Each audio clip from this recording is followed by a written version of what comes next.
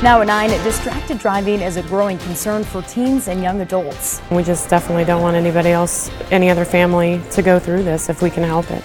Now local students are pledging not to text and drive. Plus, it's almost summertime and that means being swimsuit ready, but have you thought about your pets? We find out why it's just as important to keep them healthy on the scale too. Good evening and thanks for joining us for Fox 43 News at 9. I'm Molly Pat. Storms have been moving through parts of our area tonight, and here's a live look over Emporia where you can see those storms rolling through right now. And Chief Meteorologist Matt Miller has been tracking the system all day. Matt, what can you tell us? Well, you see those flashes of lightning in the Emporia area. It is the southern counties that are experiencing the bulk of the storms. Watch how in the last hour and a half, the storms that were off to the south and west just expand to the north and east very rapidly, kind of filling in this whole area all the way up into Missouri even. You can see this line of thunderstorms from right along Interstate 35. It does extend through areas back toward, even almost back toward El Dorado. It goes far to the southwest, but right over Burlington and then on up to about Ottawa, extends on up toward Overland Park. That's that line of thunderstorms that has had a history of producing up to golf ball size hail at Burlington. Although as it's moving up toward Ottawa, it looks like the threat of the hail size is shrinking slightly, but it is still 1 to 1.5 inch diameter hailstones along this line. A lot of frequent cloud ground lightning strikes that will continue as we head through the next couple of hours. We've seen those storms not only in Emporia, but you can kind of see them also from the Lawrence area. Every now and then you'll see flashes lighting up the night sky. This line of thunderstorms expands out but should weaken slightly before finally pushing away to the east and to the northeast overnight. Once it moves on through, how much cooler it will be, that's coming up. New at 9, the FBI is asking for your help to find the man who robbed 2 Advance America locations in Topeka and Lawrence. The FBI says he is armed and dangerous. A $5,000 reward is being offered to find him. And you're seeing surveillance video from the Topeka robbery. And we were the first to tell you about the incident in March. That came after the Lawrence robbery in late February. The FBI says he covered his face with a light gray cloth and glasses, and in both robberies, a man showed a gun and demanded money. Now, if you recognize him, you're asked to call police. A woman is in the hospital tonight after being stabbed several times in Lawrence. It happened on Essex Court on the west side of the city, and that's near 6th and Castle in Lawrence. Police say the 28-year-old woman was stabbed in her home, and she was hurt badly and taken to the hospital. Lawrence police have not released any information about a possible suspect.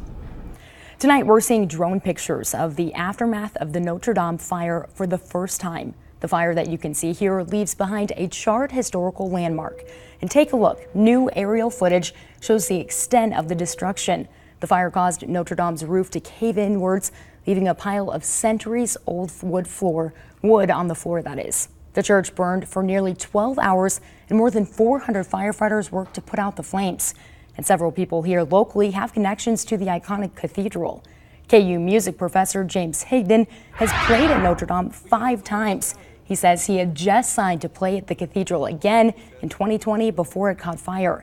And he says he played his first recital there in 1988. Some of my favorite times in being at Notre Dame Cathedral are times when I was there all by myself, practicing late at night. That's a very unusual experience, and it's a very kind of mystical experience.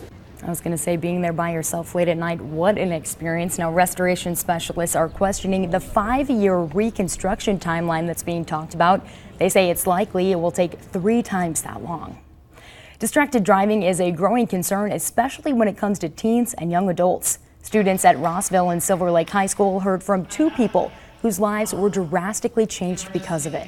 Both speakers shared their stories of how a simple text message can lead to permanent consequences. It's absolutely horrible. You can't imagine the pain, the day-to-day pain, the long-term pain, the pain that'll never end. And we just definitely don't want anybody else, any other family, to go through this if we can help it. And students also signed a banner pledging not to text and drive. Shawnee County Sheriff's deputies were also in attendance and even gave away prizes to 4 lucky students. One of the roads going into the city of Milford is partly shut down tonight because of flooding. Houston Road is partly underwater right now and is closed as a precaution. Flooding upstream is causing the water level in Milford Lake to rise, and it's expected to go up another foot. As of now, the only way to get into the city is through 12th Street. Geary County Emergency Management says they have to wait to drain the lake. Construction is moving along at a Topeka shopping center, but city council members are waiting a bit longer to decide on how to help pay for it. The discussions are centered around the corner of 17th and Wanamaker. That's where the old Kmart building used to be. Now we've learned that an Ulta beauty store is going in its place, among other businesses. Developers say the Petco near 19th and Wanamaker will also be moving into that location. Last night, council members decided to postpone a vote on making that center a community improvement district. That means there would be an additional 1% sales tax at those stores to reimburse the investments made. New tonight, pets don't need to watch their waistline, but the health effects of carrying extra weight can be just as serious for them as it is for people. That's why pet owners should be paying attention to their pet's weight. 60% of cats and 56% of dogs are obese in America right now. That's twice as high as human obesity in the U.S. And Helping Hands Humane Society in Topeka says it's important to make sure that your pet has a regular exercise routine and a good diet. We probably think that they look pretty cute because everyone likes a big fat cat or a cute dog that's a little pudgy, but that can lead to arthritis or other things. So it's always really good to get with your vet to see, first of all, if they're at a healthy weight. A daily walk is really beneficial for any dog. For cats, you can get those interactive toys that are going to make them run around and chase it and play, anything that gets them active. And Helping Hands even offers agility classes for your dogs, which is good training, but it also creates some good exercise. We've posted how you can get signed up for one of those classes on fox43topeka.com. Well, many people know the Topeka Performing Arts Center as a place to watch plays and musicals, but people who work there say it is much more than that. Fox 43 News reporter Reina Garcia tells us how TPAC's impact goes beyond the stage. In addition to bringing popular entertainment acts here to Topeka for people to enjoy, TPAC also serves thousands of kids each year through their arts education programs.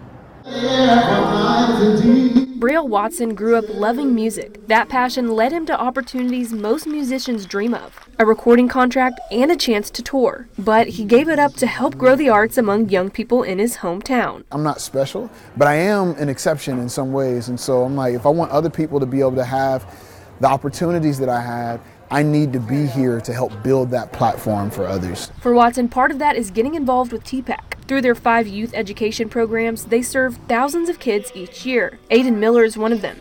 He's participated in their programs and performed multiple times on their stage. I would not be like right here standing in front of you all, being in Broadway shows with people. I would not be there without this venue today. When you buy a ticket to a TPAC show, it goes towards bringing in performers and maintaining their youth programs. If there was any money that was netted, any profits, they're reinvested back into the not-for-profit so that more programming can happen. And that means the more successful the programs are, the more successful next year's programs will be for those children. Watson believes that through those programs, doors will be open for many more kids across Topeka. What TPAC provides is an accessible way for the community to both learn about, perform, and share the arts. And that is unbelievably important. Gronsky tells me while donations are appreciated, they're also always in need of volunteers. In downtown Topeka, Reina Garcia, Fox 43 News. And the performers that have come to TPAC is pretty impressive, so a good program to support. Now, some of those volunteer positions include ushers, greeters, and ticket takers. You can find out how to help in one of those roles and see other areas they need help in at fox43topeka.com. Meanwhile, the St. Jude Dream Home is moving right along, and a group of local kids are getting the chance to help make this year's home a reality. They helped Modern Masonry, the company donating all the stonework to the home. Owner Chris Kazir says that the kids know all about what cancer can do to a family. Chris's son Blake died of cancer in 2017, and this was just one way to honor him. I wanted to make kids happy because I remember Blakey being really happy. We wear Blake on our shoulder every day, and he's never forgotten. And the kids wore their Team Blake t-shirts and got right to work. They put up a good portion of the stone, and they say they had a good time doing it too.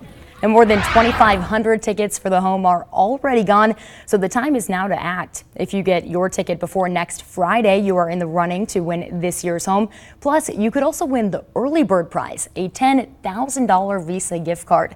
And we did sell out early last year around this time, so be sure to get yours now by calling the number at the bottom of your screen or by visiting fox43topeka.com. And all ticket money goes directly to St. Jude.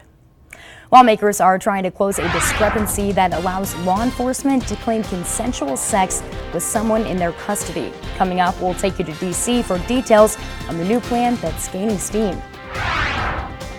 A line of severe thunderstorms continues to move over the southeastern counties. You take a look at radar, you can see the warnings along that line continue as a severe thunderstorm warning. The exception has just been upgraded within the last 30 seconds over northern Franklin and southern Anderson County to a tornado warning. Those are in the Kansas City viewing area, so we will not do continuous coverage on that portion of the line of thunderstorms, but the hailstorm threat is what we're looking at in our area. It could, however, produce a tornado over portions of northern Franklin and southern Anderson County closer to Garnett. We will continue to update you on this line of thunderstorms as it rolls through coming up. Lawmakers on Capitol Hill want to close a loophole that allows law enforcement to claim sex with an arrestee is consensual. They argue the rule gives officers too much power and leaves victims voiceless. Fox 43 News Washington correspondent Raquel Martin tells us why the National Federal Law Enforcement Group is backing the plan. We need to protect those that are within our custody. Republican Senator Joni Ernst is partnering with Democratic presidential hopeful Senator Cory Booker to close what they say is a dangerous loophole in our criminal justice system.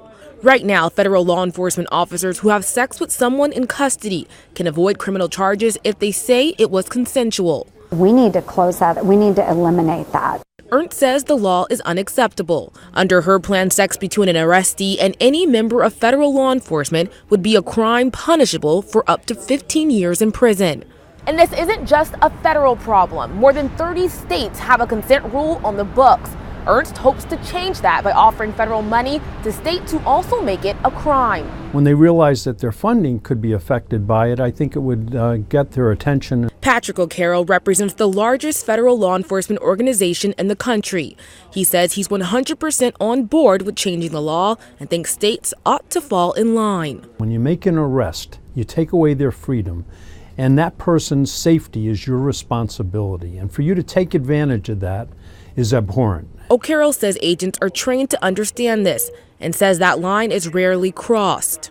How often it happens remains unknown. The Federal Bureau of Justice Statistics doesn't collect data on officer sexual misconduct. This law would change that. The plan has bipartisan support in the Senate, but no votes are scheduled. In Washington, Raquel Martin.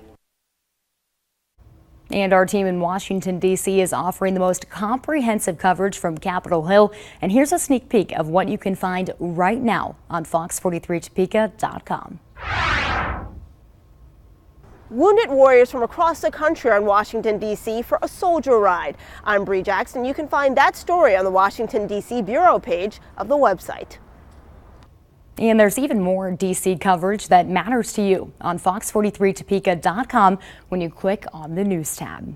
Well, students are itching for summer break, but they still have some work to do. We'll tell you what these firefighters are doing to help local students push through their state assessments.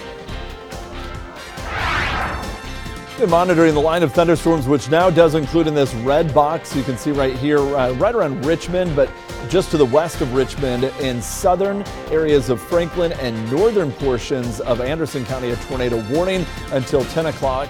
That again is just into the Kansas City viewing area. Farther to the west, our counties of Osage and Coffee County seeing some thunderstorms, severe thunderstorm warning, as well as flood advisories over Coffee County with a very heavy rain continuing from Burlington to Gridley to Leroy. That will continue to move off to the east. We'll track this line of thunderstorms and let you know how much we cool down behind this system coming up.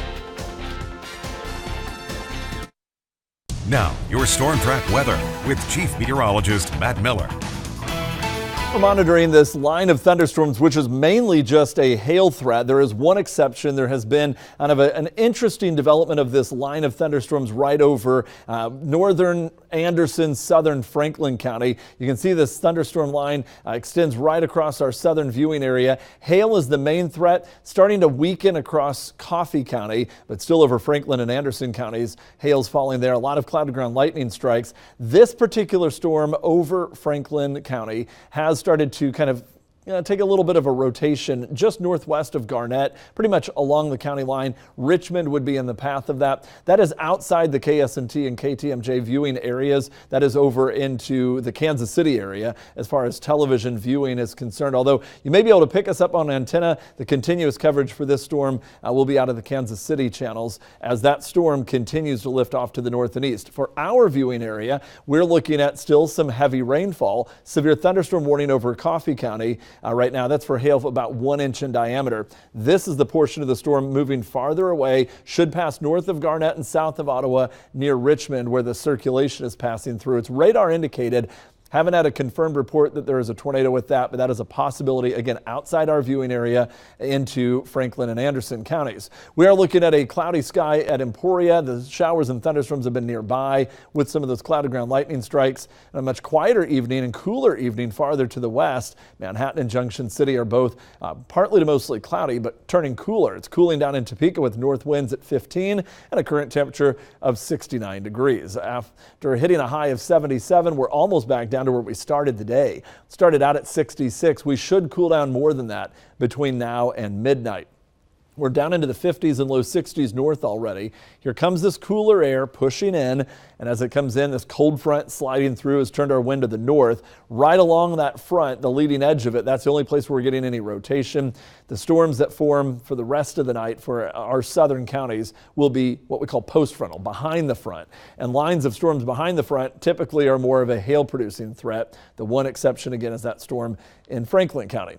Farther to the south and west, here's that whole system that's kicking out of the Texas Panhandle. It will lift on through. Once it slides on out, we'll see the precipitation exit out. Eventually, the cloud cover will clear out. Maybe a few renegade afternoon showers in the evening, late afternoon, early evening hours, and then clearing back out by late evening on your Thursday. And we stay dry beyond that.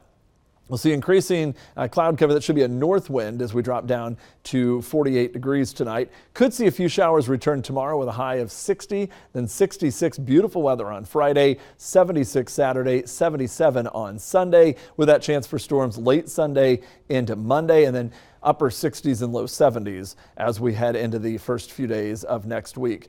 Also, don't forget, tomorrow afternoon, join us over at the North Topeka Dillons on US 24. We'll help you get your weather ready as programmed. That'll run from 3:30 to 6:30. As severe weather this evening reminds you it is that time of year. You need to be ready for that. Also, tonight, it's Wednesday and a chance to meet a KidCaster.